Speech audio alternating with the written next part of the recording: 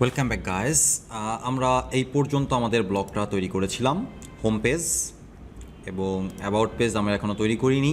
Blog page that's fine, এই পর্যন্ত তৈরি করেছিলাম। আজকে আমাদের লেকচার হচ্ছে কোনো একটা ব্লগের উপরে ক্লিক করলে ইন্ডিভিজুয়াল ব্লগ আইটেম যেটা সেটা দেখতে কেমন হবে সেই পেজটা ডিজাইন করা। তো এই পেজটা ডিজাইন করা আসলে খুব সহজ। এই পেজে স্পেসিফিক কী কন্টেন্ট থাকবে তা কিন্তু আমরা জানি না, তাই না? সাধারণত কি হয়, সিএমএস থেকে মূলত মানুষ এই ব্লগের কন্টেন্টগুলো পাবলিশ করে থাকে। তো এখানে প্রি কন্টেন্ট থাকতে পারে, কোড ব্লগস থাকতে পারে, এখানে ইমেজ থাকতে পারে, এখানে ভিডিও এলিমেন্ট থাকতে পারে, এখানে কোর্স থাকতে পারে, এখানে এইচটিএমএল এর যে কোনো এলিমেন্ট থাকতে পারে, এখানে লিস্ট থাকতে পারে। তো মজার বিষয় হচ্ছে আপনাকে এখানে যখন আপনি ইন্ডিভিজুয়াল ব্লগের পেজ ডিজাইন করবেন তখন আপনাকে একটাই কাজ করতে হবে, সেটা হচ্ছে এই বিভিন্ন এলিমেন্ট আপনি আপনার ব্লগ সাইটে দেখতে কেমন চাচ্ছেন, কেমন দেখাতে চাচ্ছেন সেটা জাস্ট আপনাকে আগে থেকে বলে দিতে হবে। কারণ এই যে কন্টেন্টগুলো এখন আমরা প্লেস করব, যখন এই অ্যাপ্লিকেশনটা ব্যাক এন্ডে ব্যবহার করা হবে ব্লগ তৈরি করার জন্য, তখন এই কন্টেন্টগুলো থাকবে না। কন্টেন্টগুলো মানুষ বা যে কোনো যার ওয়েবসাইট সে কী করবে, সিএমএস ব্যবহার করবে। যেমন সিএমএস বলতে ওয়ার্ডপ্রেসকে আপনি ধরতে পারেন, সিএমএস বলতে আপনি ঘোস্টকে ধরতে পারেন, তারপরে নেটলিফাই সিএমএস আছে, কন্টেন্টফুল সিএমএস আছে, স্ট্র্যাপি সিএমএস আছে, অসংখ্য সিএমএস আছে বাজারে, যারা মূলত কী করে এইচটিএমএল আকারে কন্টেন্টগুলোকে আমাদের এখানে দেয় এবং ব্যাক এন্ড ডেভেলপাররা ওই এইচটিএমএল কন্টেন্টগুলোকে সরাসরি ইনজেক্ট করে। তাহলে একজন এইচটিএমএল ডিজাইনার হিসেবে বা ওয়েব ডিজাইনার হিসেবে আমাদের করণীয় কি? আমাদের করণীয় হচ্ছে যত রকমের এইচটিএমএল এলিমেন্ট হতে পারে একটা ব্লগ কন্টেন্টের মধ্যে সমস্ত কন্টেন্ট ডিজাইন করে রাখা। তো যেটা এখন টিউটোরিয়ালে দেখানোর জন্য মোটামুটি ইম্পসিবল। তো আমরা যেটা কি করব, আমরা ওই যে H1 H2 যেভাবে ডিজাইন করে রেখেছি এক্স্যাক্ট সেম ওয়েতেই কয়েকটা জিনিস ডিজাইন করব। যেমন আমাদের প্যারাগ্রাফ ডিজাইন করাই আছে, ইমেজের জন্য একটা ডিজাইন করব, কয়েকটা ডিজাইন করব, তাহলেই হয়ে যাবে, ঠিক আছে? সো বাকিটা আমি যেটা বললাম যে ব্লগের জন্য আপনার কী করতে হবে, অলমোস্ট সব কিছু ডিজাইন করতে হবে, সব কিছু। সো আমি এখানে চলে গেলাম, আমার এখানে কাজ শুধুমাত্র আমি ধরলাম যে সব কিছু ব্লগের আন্ডারে থাকবে। ব্লগ নামক একটা ট্যাগ, তার মধ্যে মূল কন্টেইনার থাকবে ব্লগ বা ব্লগ ডিটেলস, এরকম কিছু একটা থাকবে। তার মধ্যে যত H1 ট্যাগ থাকবে সব H1 ট্যাগের ফন্ট সাইজ হবে 36 পিক্সেল। এর আবার মার্জিন হবে, টপ হবে ধরলাম কত ধরা যেতে পারে, ধরলাম 16 পিক্সেল, মার্জিন বটম হবে 16 পিক্সেল, ঠিক আছে? আচ্ছা, এরপরে যত রকমের H2 আছে সেগুলোর ফন্ট সাইজ হবে হচ্ছে 28 পিক্সেল, এখানে মার্জিন হবে 14 বা 12 pixel. 14 pixel is perfect I guess, 14 pixel. তারপরে যত রকমের H3 আছে সব রকম H3-র জন্য ডিজাইন হবে, সাইজ হবে হচ্ছে 24 পিক্সেল, 12 পিক্সেল, এরকমভাবে আপনি ইচ অ্যান্ড এভরিথিং ডিজাইন করতে পারেন। কালার ডিজাইন করতে পারেন, ফন্ট ফ্যামিলি ডিজাইন করতে পারেন, সব কিছু আপনি ডিজাইন করতে পারেন। হোভার স্টেট কী হবে, কী করলে কী হবে, সব ডিজাইন আপনি করতে পারেন। যেমন আমি প্যারাগ্রাফের জন্য ডিজাইন করব, সো আমার কপি করাই আছে, আমি এখানে বললাম এটা প্যারাগ্রাফের জন্য ডিজাইন হবে ফন্ট সাইজ 16 পিক্সেল, কালার আগেই বলা আছে ব্ল্যাক হবে। তারপরে হচ্ছে লাইন হাইট কত হবে সেটা আমি বলে দিই, লাইন হাইট হবে হচ্ছে 1.5। এরকমভাবে আরও কিছু যদি আপনার ডিজাইন করতে ইচ্ছা করে করবেন। তারপরে ধরেন যত ব্লগ এর মধ্যে যত ইমেজ আসবে এটার উইডথ হবে 100%, হাইট হয়ে যাবে অটো, ঠিক আছে? এরকমভাবে আপনি সমস্ত এলিমেন্ট যত যা কল্পনা করা যায়, টেবিল থাকলে টেবিলের স্টাইলটা কেমন হবে, লিস্ট থাকলে লিস্টের স্টাইলটা কেমন হবে, সব কিছু আপনি এখানে ডিজাইন করে দিবেন, বলে দেওয়ার পরে এবার আপনি আপনার ব্লগ আইটেম ডিটেলস পেজে চলে যান। ব্লগ আইটেম পেজের ভেতরে যে মেইন কন্টেন্ট কই আছে এখানে যে আপনি আপনার কন্টেন্টগুলো করেন। সো এখানে আমি আরেকটা জিনিস করব, সেটা হচ্ছে যে টাইটেল নামের একটা নিব H1-এর মধ্যে। সো ব্লগ ডিটেলস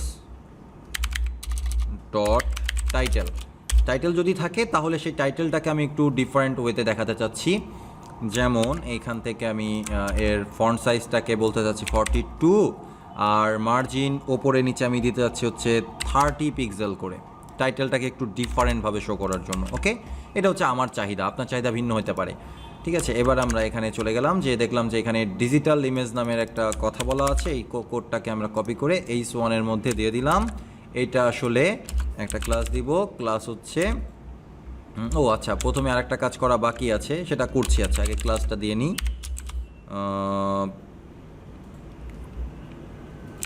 টাইটেল, যত সম্ভব নাম কেবল আমি টাইটেলই দিয়েছিলাম। ওকে, সো টাইটেল, আর সব কিছু কোথায় থাকবে? সব কিছু থাকবে ব্লগ ডিটেলসের মধ্যে। সো একটা ডিভ নিলাম, এই ডিভের একটা ক্লাস দিলাম ব্লগ ডিটেলস, এর মধ্যে যে আমার মূলত সব কন্টেন্টগুলো থাকবে। এবার বাকি কন্টেন্ট কি আছে? একটা প্যারাগ্রাফ আছে। ওকে, সো একটা প্যারাগ্রাফকে কপি করলাম, করে এখানে পি ট্যাগ দিয়ে বললাম প্যারাগ্রাফ, আমার কোনো ক্লাস নেম দেওয়ার দরকার নাই। তারপরে একটা ইমেজ ট্যাগ আছে, সো আমি এখানে বললাম একটা ইমেজ ট্যাগ।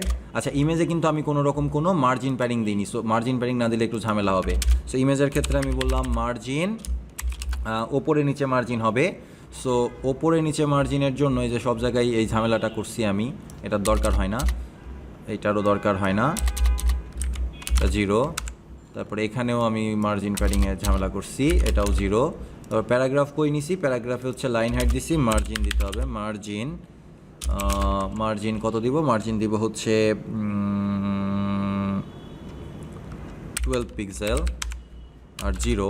আচ্ছা, এই জায়গাটায় আবার একটু ঝামেলা আছে যে সব মার্জিন টপ হলে হবে না, মার্জিন দিতে হবে, মার্জিন। আচ্ছা, এইবার হচ্ছে আমার মার্জিন, ইমেজের ক্ষেত্রেও মার্জিন দিব হচ্ছে 12 পিক্সেল 0। ঠিক আছে, এই যে এইটাতেও আবার ওই যে সেম ভুল কাজটা করছি, দরকার হয় না এটার। সো 0, আর এখানে মার্জিন টপ, এইভাবে শর্টকাটে করা যায়। আচ্ছা, সো এবার আমার এখানে একটা ইমেজ দিতে হবে। তো ইমেজের জন্য আমরা এই লিঙ্কটাকে ফলো করি, এই যে এই লিঙ্কটাকে ফলো করে এখানে দিয়ে 300 না দিয়ে আমি এখানে বললাম যে 500, যা খুশি হোক। সো ইমেজ, তারপরে আমার এখানে কি আছে? এখানে হচ্ছে আবার একটা H2 ট্যাগ আছে। সো আমি এখানে একটা H2 ট্যাগ দিলাম, দিয়ে কি বললাম? হিস্টোরি। এরপরে আমার একটা HR ট্যাগ আছে, দিয়ে দিলাম HR ট্যাগ। তারপরে আমার আবার একটা প্যারাগ্রাফ আছে, সো আমি একটা প্যারাগ্রাফ ট্যাগ নিয়ে নিলাম, নিয়ে এখান থেকে এই জিনিসগুলোকে কপি পেস্ট করে দিলাম।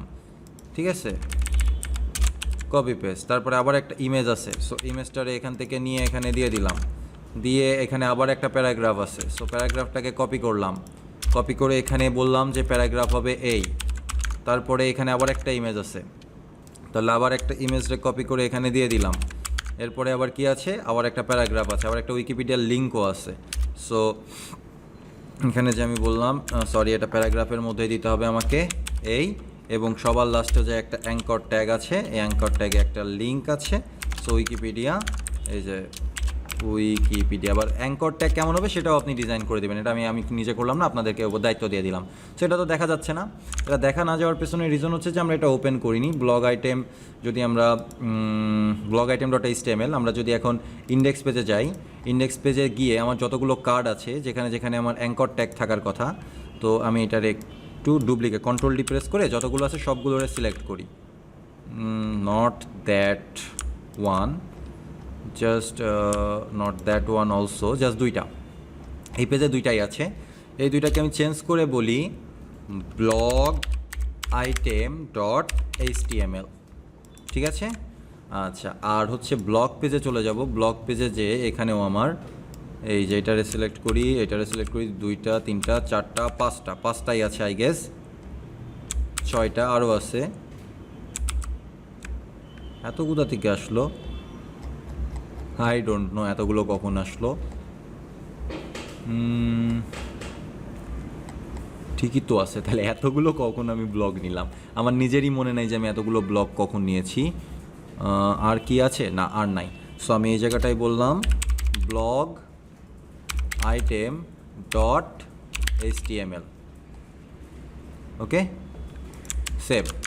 এবার যদি আমি এখানে ক্লিক করি, দেখেন ব্লগ আইটেমের পেজটাতে চলে যাচ্ছে এবং আমার টেক্সটগুলো সুন্দরভাবে দেখা যাচ্ছে। সেখানে দেখেন একটা জিনিস সমস্যা হচ্ছে যে এই যে এটা কিন্তু লেফট রাইটে একটু একটু করে জায়গা নিয়ে নিচ্ছে, এটা তো নেওয়ার কথা ছিল না। তার মানে আমি সিএসএসে কিছু ভুল করছি, H2-তে যে H2-তে যে মার্জিন 14 পিক্সেল করছি, কিন্তু এই পাশে শূন্য দিতে ভুলে গেছি, এই জন্য আর কি এই সমস্যাটা হয়েছে। এবার আপনি খেয়াল করেন যে স্টোরি কিন্তু জায়গা মতো চলে আসছে, ঠিক আছে। এবার দেখেন আমার blog item page, details page সুন্দরভাবে কাজ করছে। সো আমি যদি আবার ব্লগ পেজে যাই, যে কোনো একটা ব্লগ আইটেমে ক্লিক করি, নো প্রবলেম, আমার সবগুলো ব্লগ আইটেম পারফেক্টলি কাজ করবে এবং আমি যেভাবে ডিজাইন করে দিব এক্স্যাক্ট সেম ওয়েতেই এই ডিজাইনটা কাজ করবে। This is blog item. এবং এই সেম ডিজাইন কনসেপ্ট কাজে লাগিয়ে আপনারা অ্যাবাউট পেজটা ডিজাইন করবেন। আমি অ্যাবাউট পেজ আগেও বলেছি আমি ডিজাইন করব না, আপনারা ডিজাইন করবেন। এই হচ্ছে অ্যাবাউট পেজ, এই অ্যাবাউট পেজটা আপনারা ডিজাইন করবেন, ওকে। আর বাকি থাকলো কন্ট্যাক্ট পেজ। কন্ট্যাক্ট পেজটা হচ্ছে আমরা নেক্সট লেকচারে ডিজাইন করার চেষ্টা করব। আসলে এখানে যে কন্ট্যাক্ট পেজ আসছে সেই কন্ট্যাক্ট পেজ আমরা বানাবো না, আমরা একটা ফর্ম বানানোর চেষ্টা করব যেখানে নাম দেওয়া যাবে, ইমেল দেওয়া যাবে এবং ফাইনালি একটা মেসেজ দিয়ে সাবমিট করা যাবে। এই রকম একটা পেজ আমরা বানাবো, খুব সিম্পল একটা ফর্ম বানাবো আমরা ইন দ্য নেক্সট লেকচার।